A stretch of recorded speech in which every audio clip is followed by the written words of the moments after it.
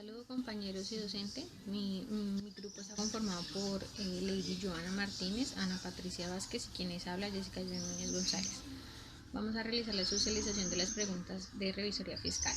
Pregunta número 1. El revisor fiscal de Diamars S.A. no está enterado del manejo de la cartera de la entidad y por consiguiente no informó de su evolución en la junta directiva. ¿Está actuando mal? ¿Qué funciones está afectando? ¿Cuál es su opinión? Frente a esta pregunta, pues en mi opinión, en la opinión de mis compañeras que debatimos, llegamos a la conclusión de que la cartera como tal no es una función específica del revisor fiscal, pues él está encargado de llevar a cabo que se lleve un buen funcionamiento de todas las acciones, no solamente encargado del recaudo de la cartera. Fuera de esto, pues en el artículo 207 del Código de Comercio está establecida las funciones específicas y las funciones específicas del revisor fiscal dentro de la empresa, las cuales fueron aprobadas por la Junta de Socios y la Asamblea. Entonces, en este caso, nosotros consideramos que no está incurriendo en ninguna falta, que sí deben establecer mecanismos para un control interno de la compañía, más no es una función específica del auditor. Número 2. En esta pregunta nos proponen un escenario donde el revisor fiscal pueda ser parte de una compañía para una licitación. Nos preguntan si es posible. No es posible, ya que la función de un revisor fiscal debe ser independiente a la labor en la compañía, y en el momento en el que es nombrado accionista ya haría parte de ella y ya no sería ajeno, entonces no estaría cumpliendo con lo establecido en el artículo 43 de la Ley 43 de 1990. Además, el artículo 205 de las inhabilidades del revisor fiscal, dentro de ellas, habla de que debe ser quienes estén ligados a una empresa no pueden ser revisores fiscales de esta, ya que va contra lo que habla el artículo.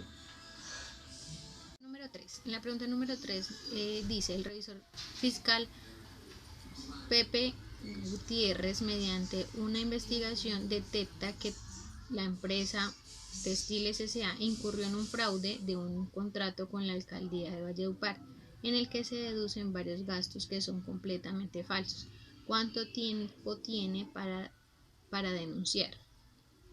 Este revisor fiscal, según el artículo 32 de la Ley 1778 del 2016, cuenta con 6 meses para realizar el debido denuncio de lo que encontró, el fraude que encontró y evidenció en esta empresa.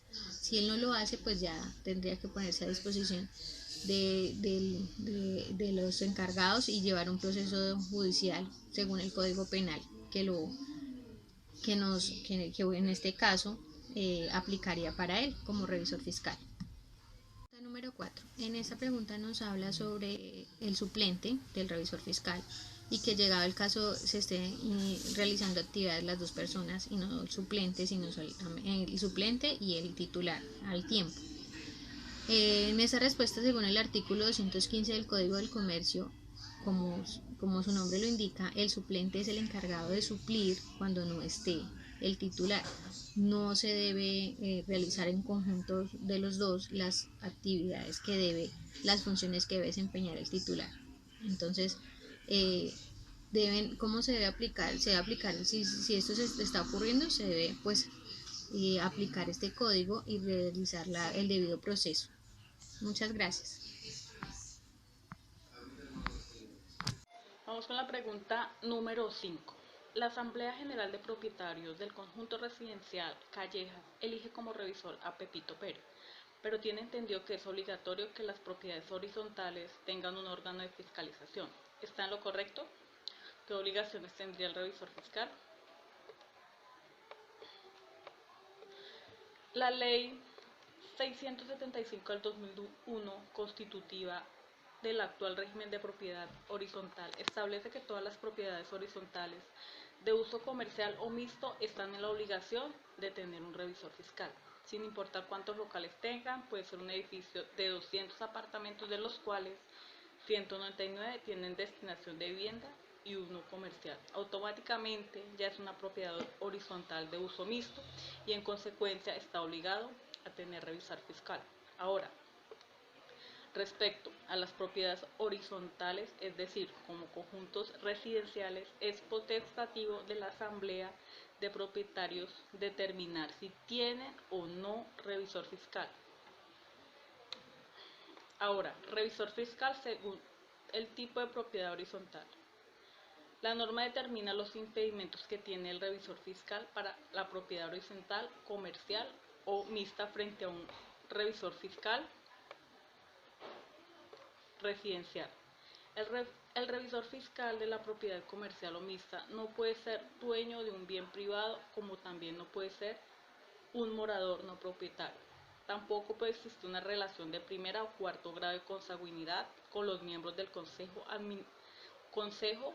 de administración o el administrador. Para el caso de la propiedad horizontal residenciales, el revisor fiscal sí podría ser propietario o incluso morador no propietario. Lo único que no puede tener una relación en grado de consanguinidad o afinidad con el consejo o la administración. Pregunta número 6. Gary Cooper fue elegido como revisor fiscal de la Sociedad Rayuela Limitada, pero la entidad contratada para dicha elección no revisó su hoja de vida por negligencia. Después de un estudio, se halló que el revisor fiscal no se encontraba inscrito en la Junta Central de Contadores ni poseía la respectiva tarjeta profesional. Si usted fuera el gerente de la organización, ¿qué haría al respecto? ¿Qué normas contempla la ley para este caso? Bueno, pues en primera instancia es el error cometido por la Asamblea, ya que quien escoge al revisor fiscal es el máximo órgano y no por terceros, donde el gerente convoca a asamblea para informar de manera inmediata el hecho para que después sean tomadas las respectivas medidas frente a este hecho y sean tomadas bajo los principios legales que contempla la ley frente a sus suspensiones de cargo.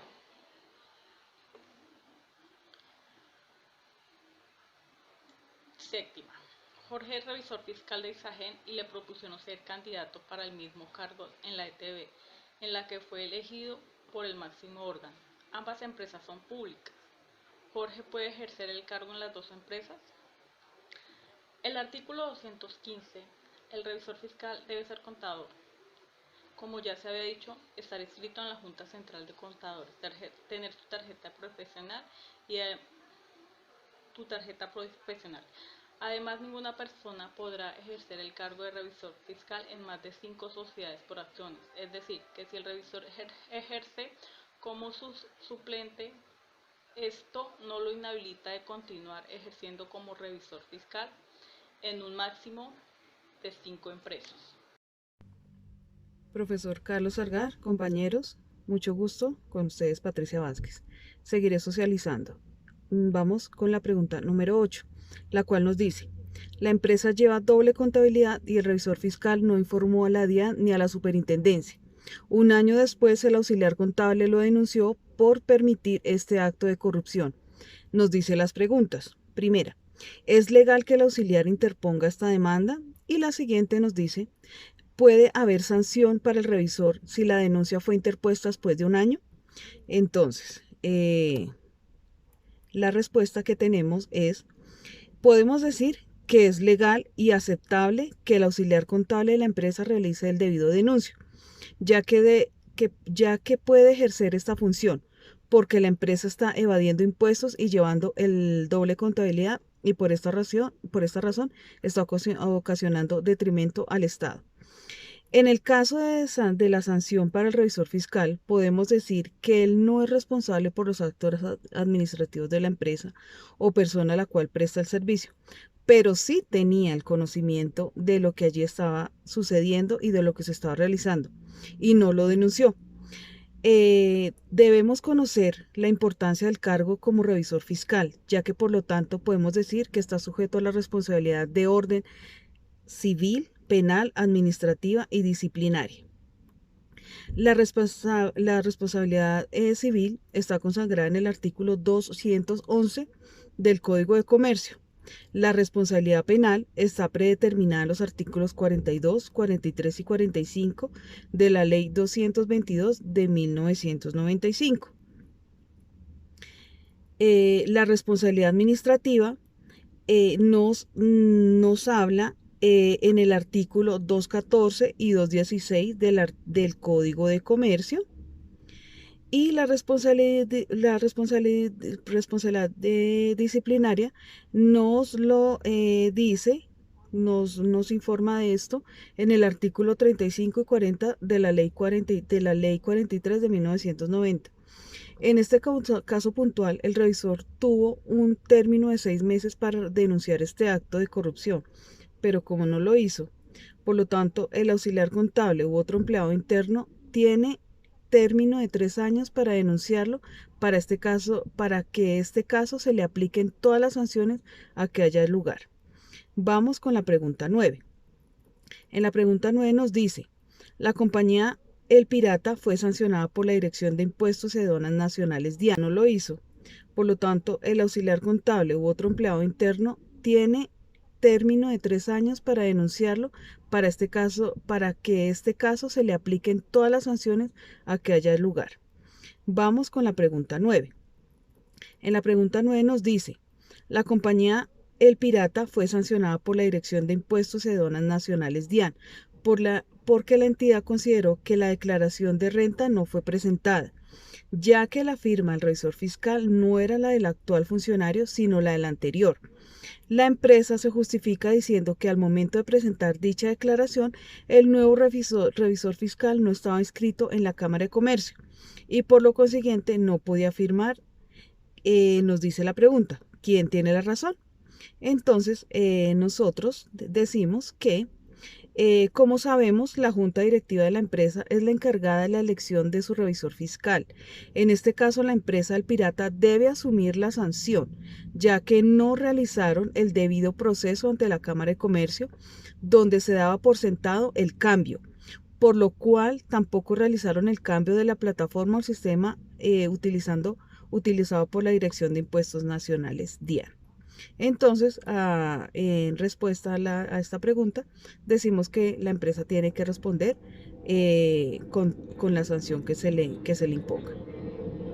En la pregunta 10 nos dice, el revisor fiscal de una compañía se negó a firmar la declaración de renta y la DIAN lo sancionó.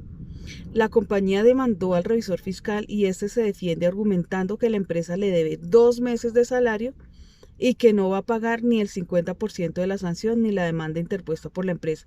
¿Cuál es su opinión y sobre qué norma o argumento se apoya?